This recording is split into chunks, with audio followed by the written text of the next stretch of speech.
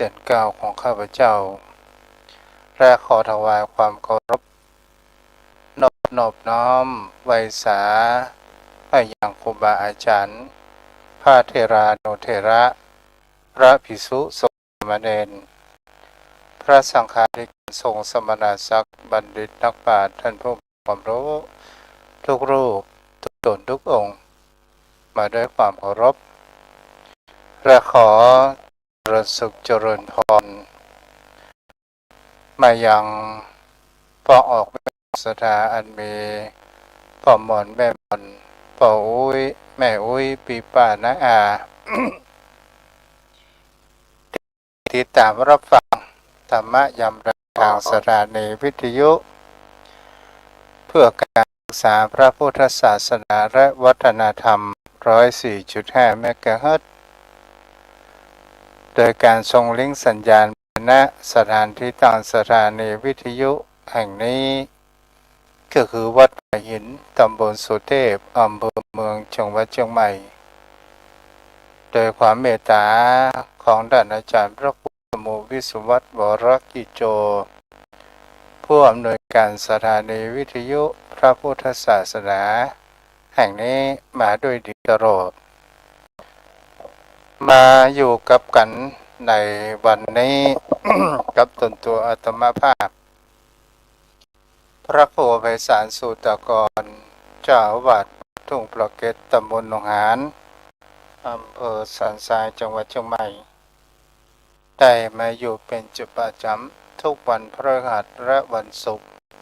บางวันก็มาบางวันก็ไม่มาวันนี้มา โยมพ่อโยมแม่ท่านผู้ฟังวันนี้ก็เป็นวันศีลวันพระเป็นเดือนที่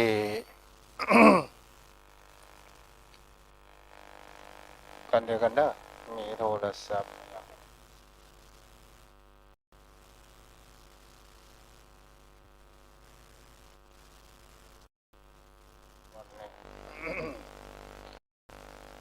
วันนี้เป็นวันศีลวันพระ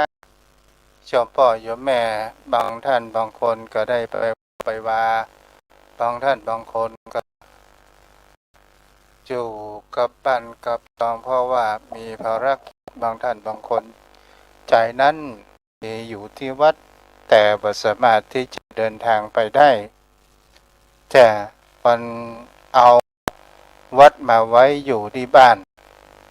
วันนี้ศรัทธาญาติโยมทั้งหลายทางพื้นเมืองเหนือในช่วงพรรษานั้นก็จะมีการเทศทำข้าวเทศทำเรื่องวันนี้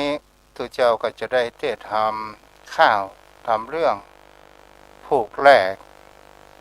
ฝันท่ากุมารโยมพ่อโยมแม่ท่านใดอยากจะเป็นเจ้าภาพเจ้าสดาปูจาการเทศก็สามารถติดต่อมาได้เด้อตั้งใจฟังเด้อติดย่อๆพอหายพอดี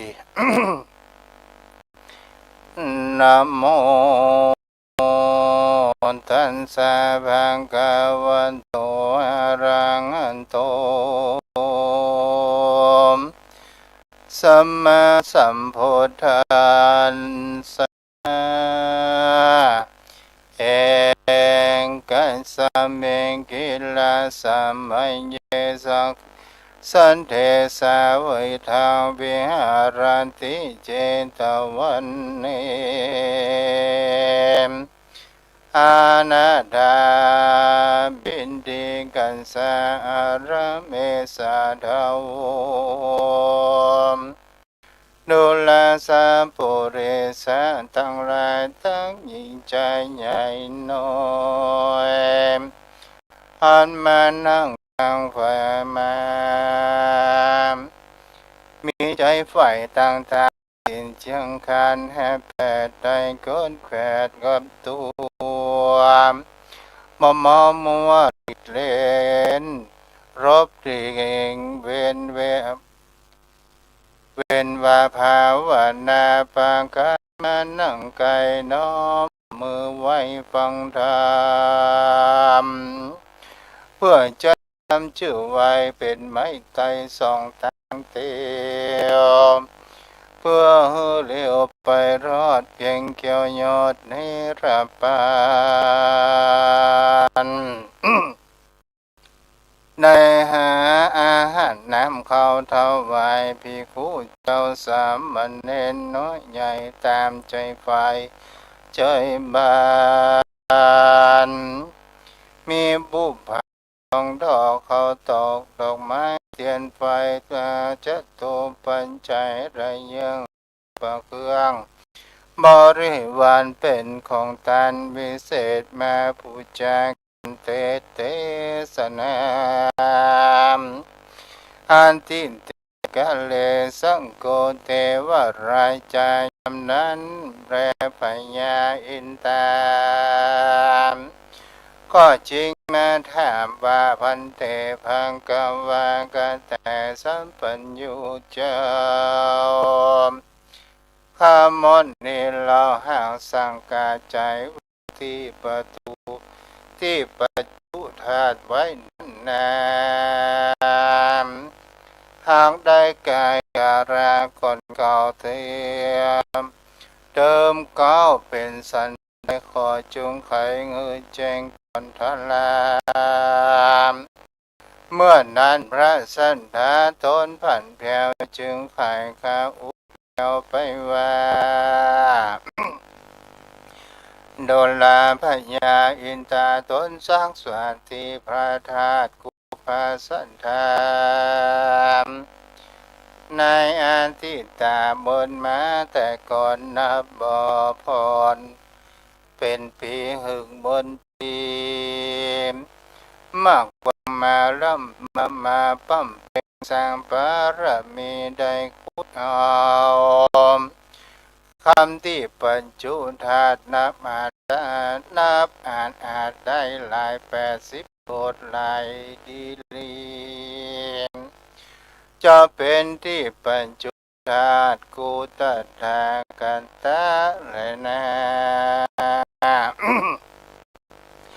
เมื่อนั้นพระญาอินทราก็ไว้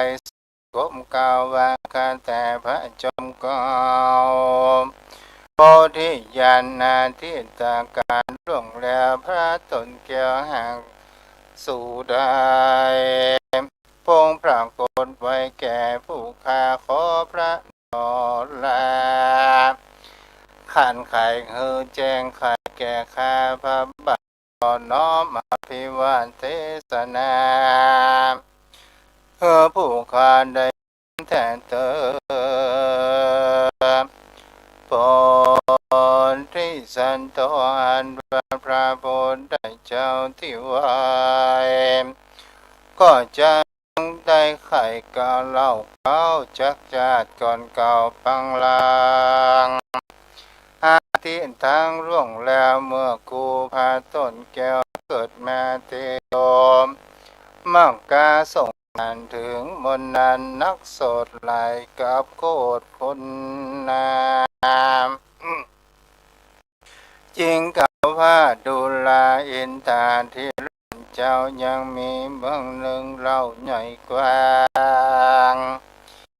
น้ำแก้วอ่างมีมาจือเมืองบาสีสาเกตเป็นเมืองเอกราชามีพญาเสพสร้างน้ำแก้วอ่างไว้ว่าพญาศิสาเกตที่ราชดูปราสาทหลังไปเป็นสุขใจชื่นจอยหมอตำก้อยมองขีบ่มีทีวีนักเปืองใหญ่กว้างนักโส16 โกฏโยชน์เป็นไม้จ้างปังไปไหลหลักแสงหากถมทองเจ้าเข้าและของหัวใจมีบ่ไหลนั้นขอของมาขายเต็มกาดจุมอุ้มบาทให้จุมหมู่จนนิหายสุขสบายด้วยนาหมู่ไฟฟ้าช่วยบานลูกไม้หวานเลือนแหลกเขานาแพ้เต็มเมือง ากำเครื่องบทใดตนเจ้าไทยพระยาไฟไผบ่อ้างมาราวีตนเจ้ามีโยชน์อาจหรือชาม101เมืองสา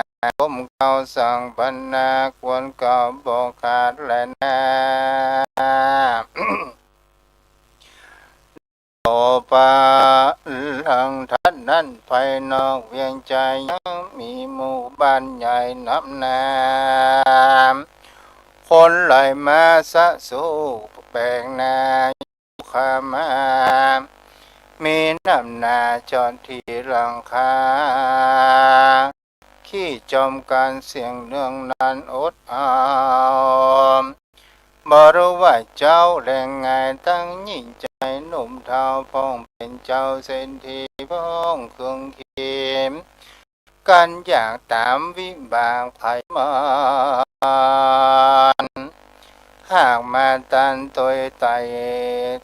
ตัวไล่พ้องเข็นใจลำบากพ้องสุขมากเรือลายท่านทานในกาลนั้นนะยังมีย่าแม่ไม้อันผัวตายและไป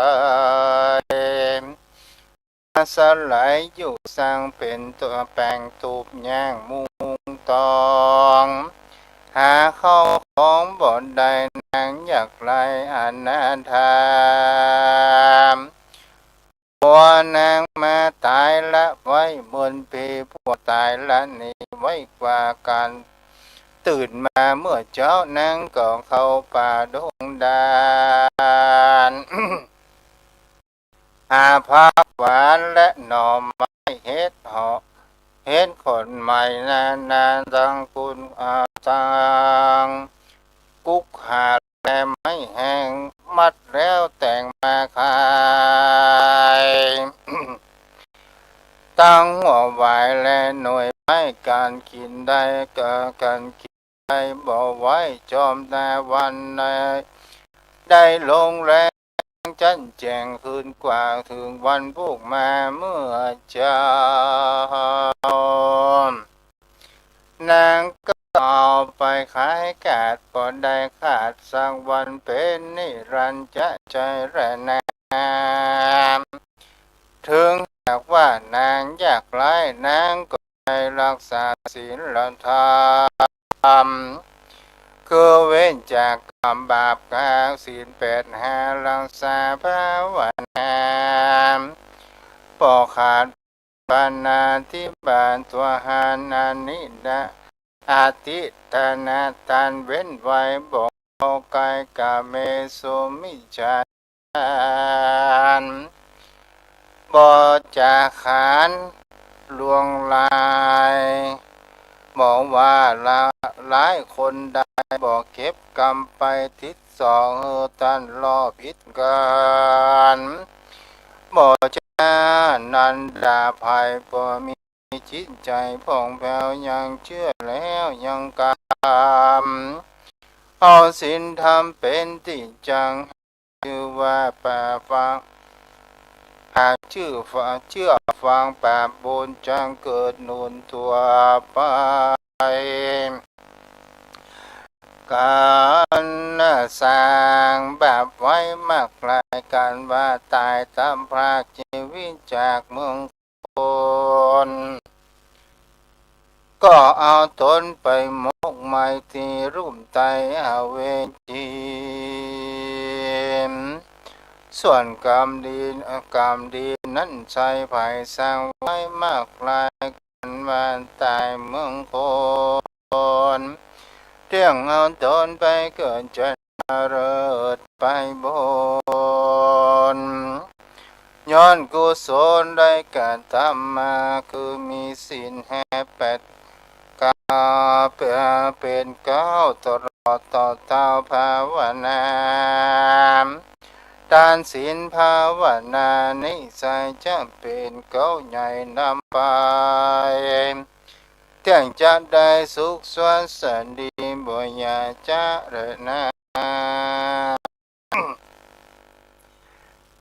นางเป็นแม่ย่าอยู่คน คนเดียวสมชมปันเปียวหมดแก่อายุแม่ปันกลางแม่ตัวแต่ตัวนางปัญญาใส่สันล่างนางห่างจางปุกแปงเสี่ยวไม่เข้าใจตอกหูไฟอ้ออ้อยต่ำอายดูดียิบปักเป็นกู้อย่างนางหักอาจังเข้าใจคนตั้งหลายบอกว่านางคนตั้งหลายปออวดอ้างว่าแม่จ้างจะนานั้นเธอคนหักเลยรักแม่ตั้งหนุ่มแก่มุมห่มหันปันนาการยือเขามือตาปานอาทะในการนั้นสายคนตั้งหลายเพื่อนบ้านจะถูกทานพร้อมกันยกมาปันแม่ถอยหนึ่งแต่อยู่กาตัวยิงนางเอาใจใส่ผูกเขาไว้มากนางขันตีอดไปพอเอาใจต่ออยู่ตั้งวันเป็นเฝ้าเห็นการทุกงานปอลุ่นจากองงามดีเข้านางนี้งามกว่าเพื่อนสูงเลือนหลายตัวเตียวใหญ่ยื่นโซเขาเก่าอูสังเสริญดังมากนักจะแลนาอันดาในการะยำนั้นสายตนเจ้าไทยอินตามกินแหล่งราบนสวรรค์พอเร่งโลกลุ่มตายก็หันเข้านางได้งามดีเพราะบารมีปกผมไว้นางนั่นได้ก็มีกูตัวนางอยู่บ่มีบุญตามบ่มีไผมาช่วยกำเขาและน้ำไผจังงามยามป่วยกายยามไม่ใครจะมีผู้ใดอยู่เฝ้าตัวแม่เท่าจากรำบากจังตุงยากเมื่อไปรุนละนาพ่อยยาอินตาสองสวัสดเกิดกว่าดูแล้วเต่าต้นแก้วบ่จะเสด็จมารีบตันไปสู่จันตุสินตาแห่งเทวบุตรตนลำเริดป้าขอลงไปเกิดโลกลุ่มตายเหิมมาได้กำสมปันแม่เฮยายแก่อยู่ที่แต่เธอเมื่อนั้นเทวมุตตาตนองอาจการกินตาโอกาสจาคายว่าเฮอไปเกิดบมมนุษย์ก็รับเอาอินทาธิราชส่วนตนองอาจอินตาเมื่อรู้ว่าเจ้าบุญนารับรองปฏิสนเจ้าก็จึงหดขึ้นสู่ในที่อยู่แห่งตนก็มีวันนั้นแหละนาตาในกาลนั้นตนจึงจันอินตาเสด็จมาสู่ห้องจากที่ต้องมงคลเนรมีตนแล้วสร้างเป็นช้างเผือกเกี่ยวการดีแล้วเขาสู่นาเอาป่าตาย่ำเขาฮือนาแม่เท่าเสียหายเข้าล้มหลายเสียงซ้ำแล้วก็ย่ำลอยดินไว้เป็นน้ำเป็นน้ำใสบ่อนั้นเมื่อฮือนางหันและไปตนเจ้าไทยเอ็นตาก็เสด็จมาสู่ที่เก่าเมืองฟ้าเล่าไปบนก็มีวันนั้นแหละนะปุณณเทวาเสก การวันลุนรุ่งและลุงใส่ฟ้าพุ่งขึ้นมาอันปอนาตั้งลาก็คงควายไปน้ำการหักเขาข้านายายล้มเป็นสายไปกว่าล้มเสียบแต่นายายแก่นาของแม่อยู่กลางแล้วหัดลอยจ้างนำไปสั่งมางืดใจเช่นกว่ามาพอนาข้าตั้งหลายบ่มีภัยเป็นดังนี้หรือว่าพี่สร้างกันแกงจากกันแสงไปมาว่าเงืดแต่นาดังนี้การอย่างนี้บอกเคยหันแล้วปางการไปบอกนางมาพอตาเงือแจ้งใจแล้วก็เข้าไปเล่าตานอูถูกทานตามมีหื้อนางผู้คงขี่รู้เหตุว่าอาเพศอัศจรรย์ใจเป็นสันใดไปแจ้งเป็นใหญ่แสงแก่งมานางเขียนตาลำไรแล้วจะออกไปพ่อนาที่นามาผูกไว้นางนาไทยยินสังกามาหานาปนปีถ้ามอนนี้บอกเกียดไผเหตุสันใดแต่สร้างของโบราณมีงามนางโสกาลำไห้สาขับไม่บนบานแล้วตัวลอยจ้างสารเหยียบย่ำสุดลอยซ้ำหายไปนางก็ได้หันบ่อน้ำอันใสล้ำลอยตินจางดูเลิกควางหลับเพียงดีนางก็มีใจใครกินเพื่อเฮอกินชื่นใจนางกินน้ำใสลอยตินใหญ่แล้วหัวใจก็ขึ้นก็ชื่นใจบาน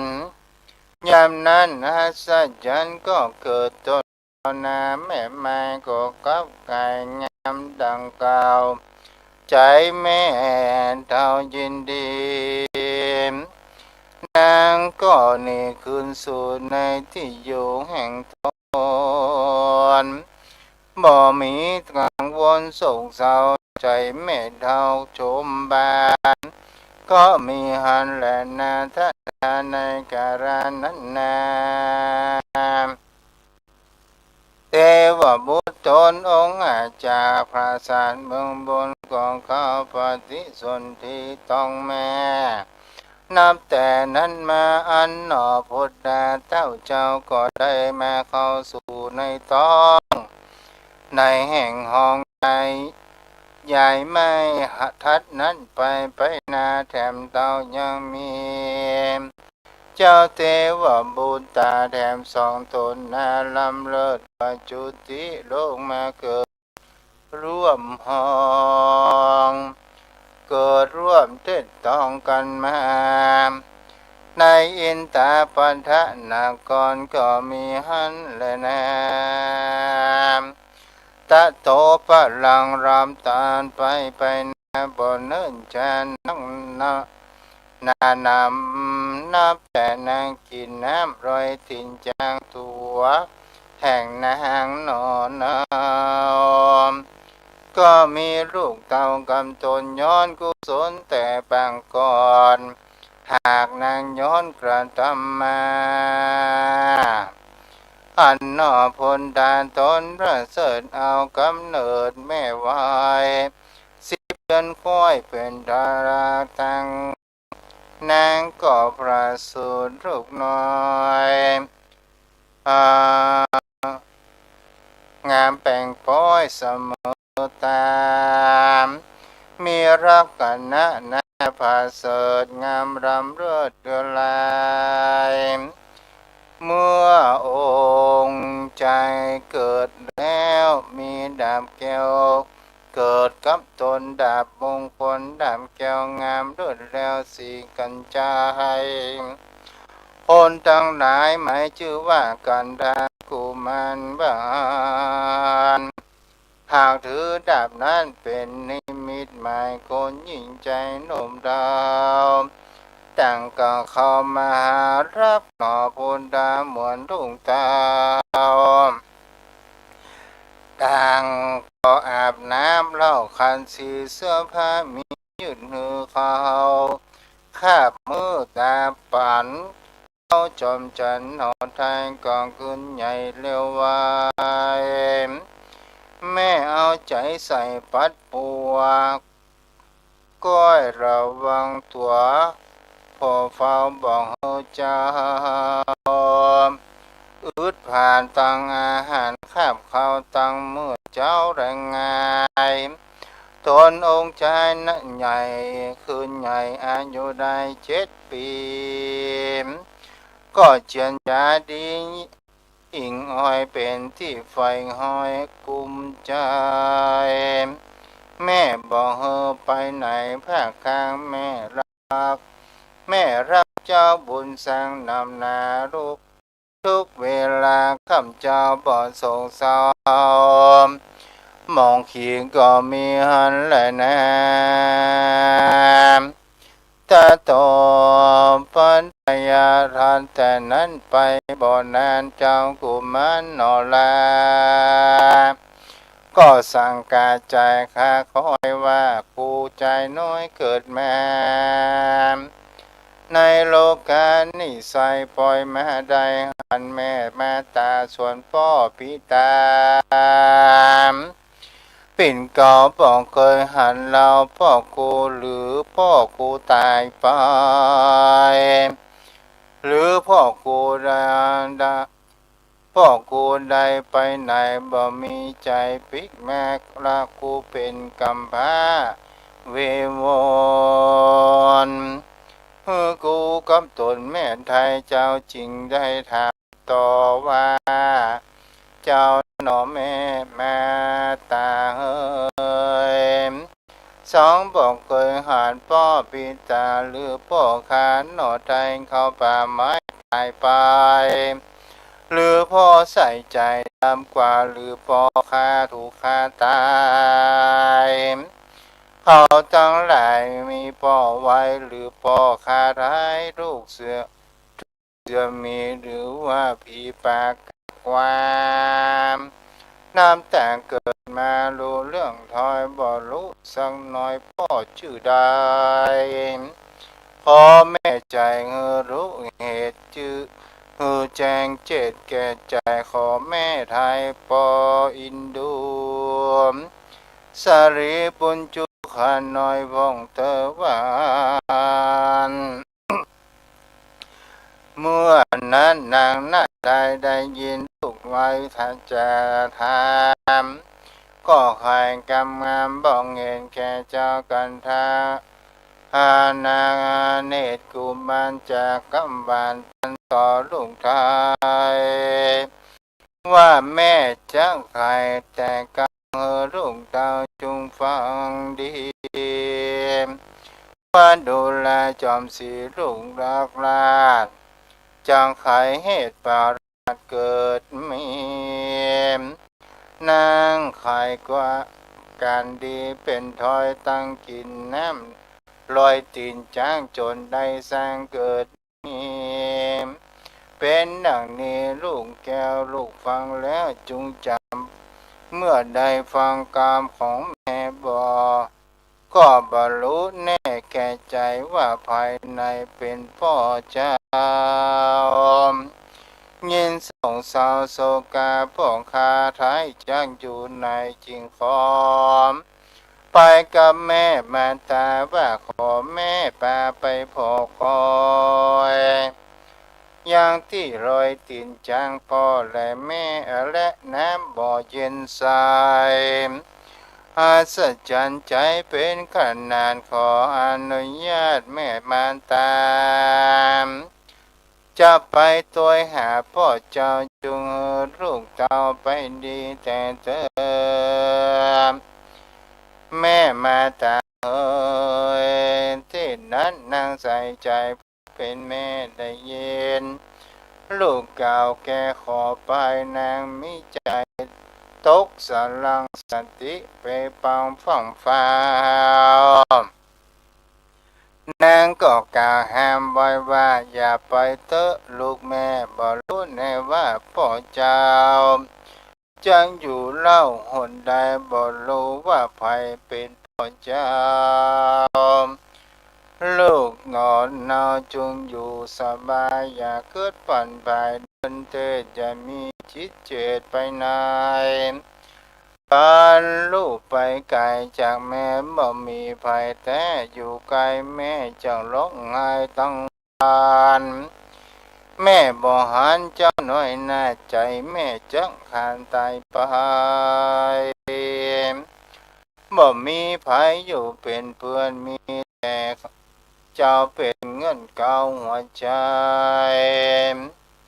แม่บ่เฮอไปไหนเด้อเจ้าแม่ห้ำแล้วปานใดเจ้าขอไปอยู่ใจใจนางนาทายอินดูลูกน้อยใจจ้องห้อยอยู่วนวานก็ออกปากตานตามกรรมอาตาตามดีว่าเจ้าบุญมีลูกรักแม่นี้จะไปส่งนาวันผู้เจ้าจะไป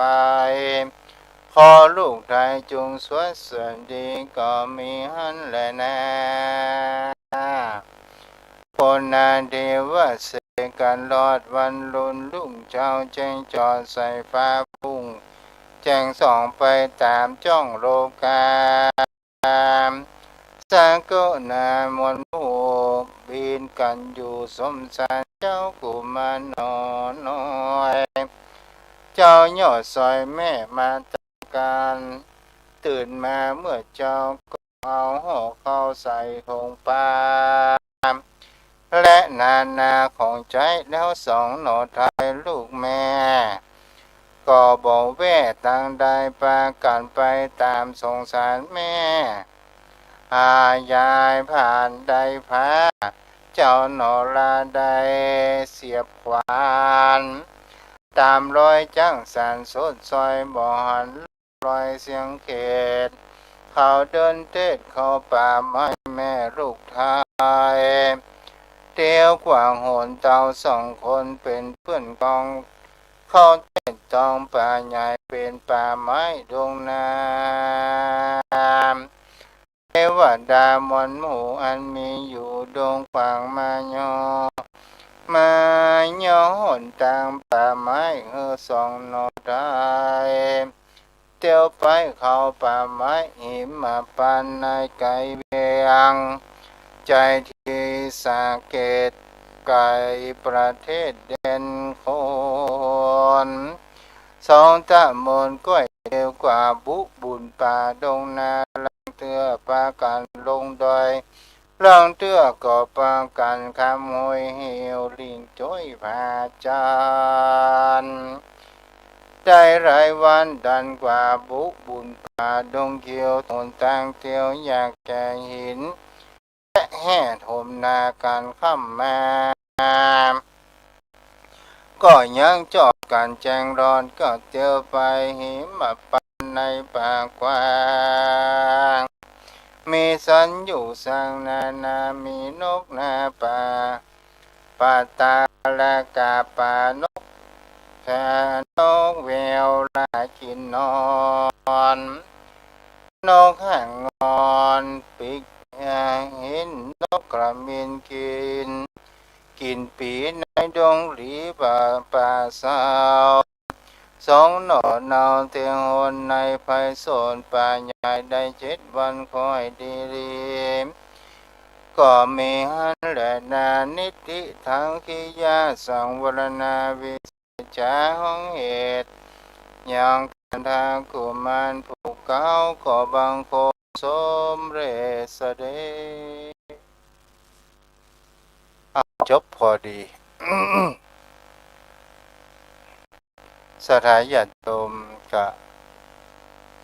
จะเทศทำเรื่องกันได้กุมารจุมพ่อจุมแม่ได้รับฟังกันอยู่ตลอดเวลาช่วงวันพฤหัสวันศุกร์เด้อเนาะวันพุธเราก็มาฟังกันตามอันเวลามามากมายถ้าเทศครบมันก็คงจะใช้เวลาหมดเนาะเดี๋ยวพ่อแม่ท่านผู้ฟังเอาแล้วได้ฟังกันละเนาะเพราะว่าพวกนั้นอยู่ก็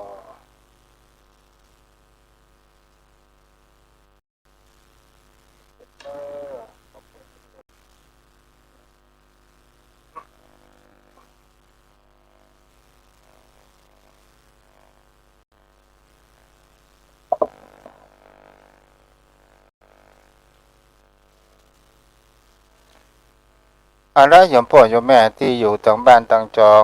พ้นลานมาละกราบเสียใจไว้สาเป็นตาบารมีธรรมท่านพระพุทธเจ้าและความเคารพครับได้ฟังกันก่อนได้ฟังประสูติป่ายแล้วท่านพระพุทธเจ้าพอดีก่อนเข้ามาก็เลยออกไปดูเข้ามาฟังช่วงไปตายนะครับท่านเจ้าเจ้าเลิกว่าทำเรื่องว่าท่านพระพุทธเจ้ามันมีกี่ผูกนะท่านเจ้ามีที่ปลูก13เด้อฮะใครเป็นเจ้าภาพก็ได้เด้อเนาะจะตานไปหาพ่อหาแม่หาพี่หาน้องหรือจะตานไว้กับตัวก็ได้เนาะเป็นได้ภาษาที่ท่านเจ้าวันพฤหัสวันศุกร์นะซึ่งวันเสาร์นั้นในวันจันทร์สถานในวันศีลตัดเจ้าก็เทศวันศีลนะแกก็วันนี้ก็เทศผูกแรกนะวันนี้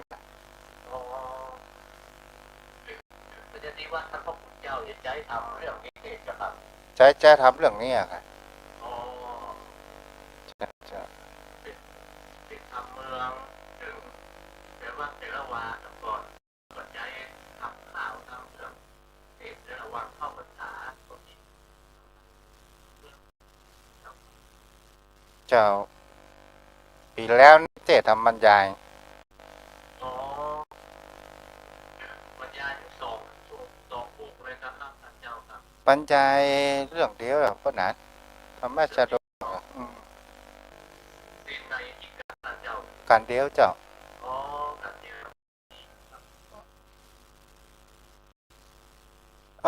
วันนี้คุยธุระอย่างเรียบร้อยแล้วพ่อหนานเนาะเรียบร้อยแล้วครับเราจะเข้ามาในมหาวิทยาลัยลูกสาวมาล่ะออกมาต้องเจ้ามาดอกอ่อนทำไมเป็นยังปล่อยเขาไปเถอะ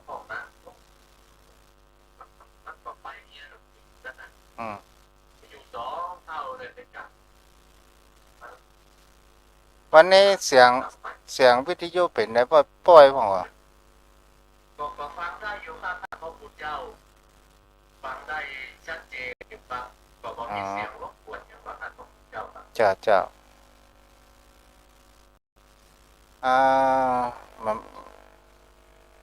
วันนี้มันมีอย่างอู้นะครับเพื่อญาติโยมเพื่อใจเข้าสู่ธนาธรรมกับท่านเจ้าเนาะเจ้าขอแต้มใต้เวสาและเมตตาธรรมเจ้านะครับเพราะเราจะทำกับเมืองทักษะประนมธรรมเนียมประเพณีอันดีงามของล้านนาของเราเพื่อมีแก่นมีสารปฏิปุณาอ่อนสอนใจอยู่ในเนื้อธรรมพระพัญญติธรรมฟังแล้วก็ได้เกิดความได้ซับได้ภาษาได้เนื้อหาสาระนะครับขอบคุณพัญญติธรรมทุกท่านที่ได้ฟังหน้าฟังได้ระวังเข้าภาษาหรือว่าจะฟังทางวิทยุก็ได้ประโยชน์พละอานิสงส์เหมือนกันทุกคนนะครับขอบคุณครับสวัสดีครับรักษาเด้อไปจะโทรมาแต่กี้หันแม่พรนะ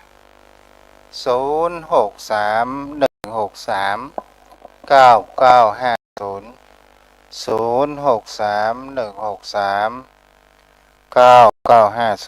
0631639950เจริญพร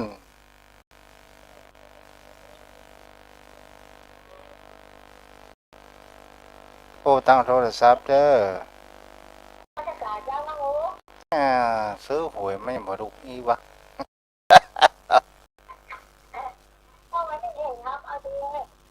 อ่าครับฟังแล้วเป็นได้ว่าเสียงป้อยดีกว่าอ่าจ้าจ้าจ้าจ้า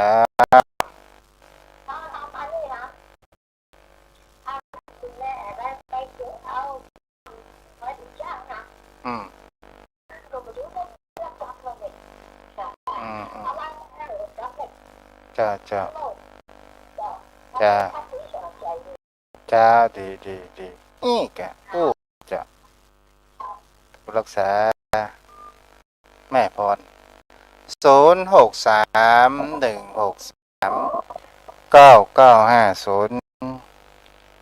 แม่วรีเกษมพันธ์เจริญพรอ่าพวกวันยังอืมแค่นั้นนะพอเม็ดเสร็จจะมันที่ที่เก้า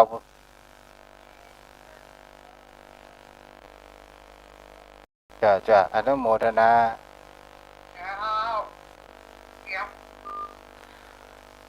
06316399500631639950แม่จุศรีบาชาเจริญพรเด้อที่ขึ้นมา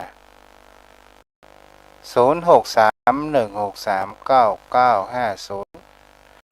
ชมพ่อโยมแม่ท่านผู้ฟังวันนี้ก็วันที่6 เดือนสิงหาคมแถม6 วันก็เป็นวันแม่แห่งชาติเนาะช่วงนี้ฝนก็ตกเด้อโยมพ่อโยมแม่ตะกี้เสร็จไว้ฝนก็ตกใครจะโทรมาเด้อโทรมาได้เนาะจงเป็นผู้ไม่มีเรือต่อไปหาไฟพระเจ้า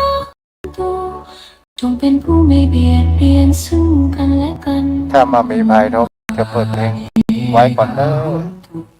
จงเป็นผู้ไม่มีทุกข์กายทุกข์ใจสุขิตานังปริหารันตุจงมีความสุขกายใจรักษาตนให้พ้นจากทุกภัย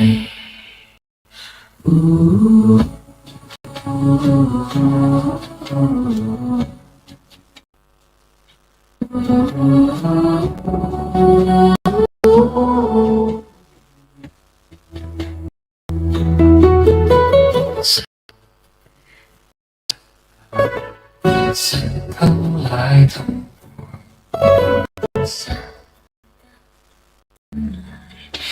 วงชีวิตทั้งหลายเวลาเป็นผู้ไม่มีอะไรต่อกันอาฟายาพัตตาหอมตาจงเป็นผู้ไม่เบียดเบียนกันดีกาหอมตูจงเป็นผู้ไม่มีความทุกข์สุขิตานังปริหารันตุ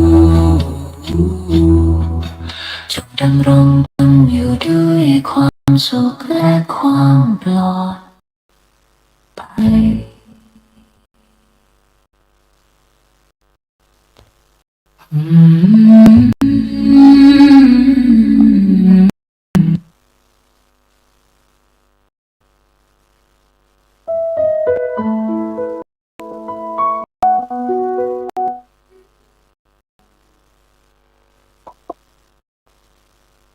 โยมแม่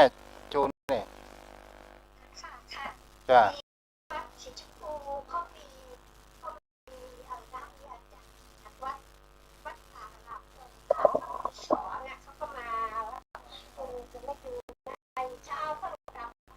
จ้าจ้าโยมแม่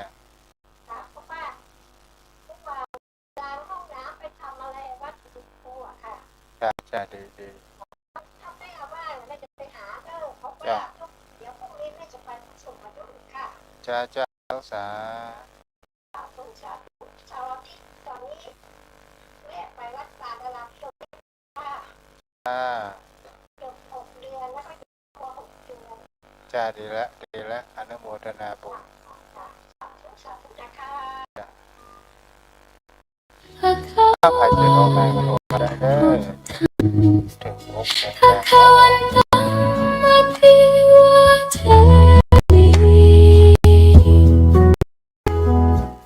สวัสดีโต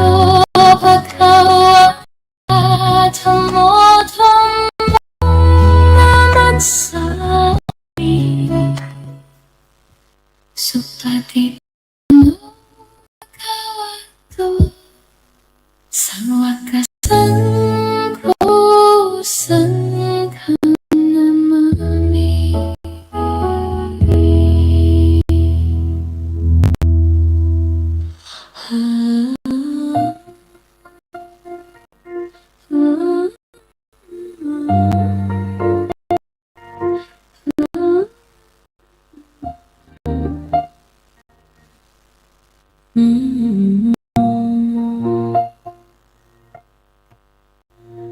อหังพันเตวิสุงวิสุงรักขณทายาติสรณเนนะสหปัน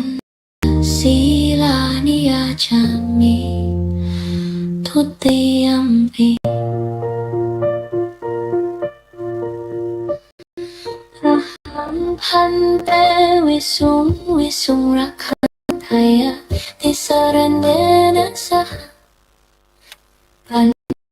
ศีลานิยาจามิทัตติยัมปิอหังพันเตวิสุงวิสุงหันทายาติสรณเนนะสหปัญจศีลานิยาจามิปาจาระปานิสิกขาปะทังสมาธิยามิข้าพเจ้าขอเว้นจากการฆ่าสัตว์และเบียดเบียนสัตว์อธินาทานเวรมณีสิกขาปะทังสมาธิยามิข้าพเจ้าขอเว้นจากการลักทรัพย์กาเมสุมิจฉาจาราเวรมณีสิกขาปะทังสมาธิยามิข้าพเจ้าของดเว้นจากการประพฤติผิดในกามมุสาวาทาเวรมณีสิกขาปะทังสมาธิยามิข้าพเจ้าของดเว้นจากการพูดเท็จพูดให้เข้าแต่การพูดคำหยาบและพูดเพ้อสุราเมรยมัจจฉปามาทัฏฐานาเวรมณีสิกขาปะทังสมาธิยามิข้าพเจ้าของดเว้นจากการดื่มสุรา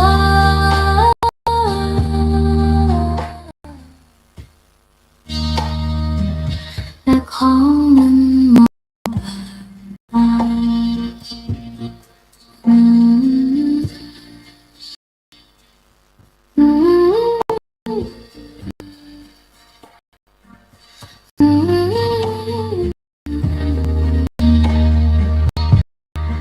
อืม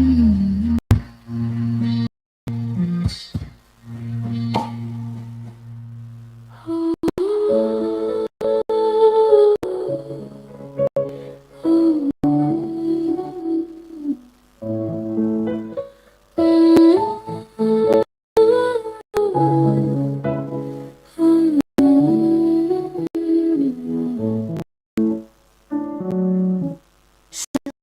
มัจจะสังฆาจะสุปฏิทิตังโสภณคามวะสังปะการนังภวตุเมสัพพเทว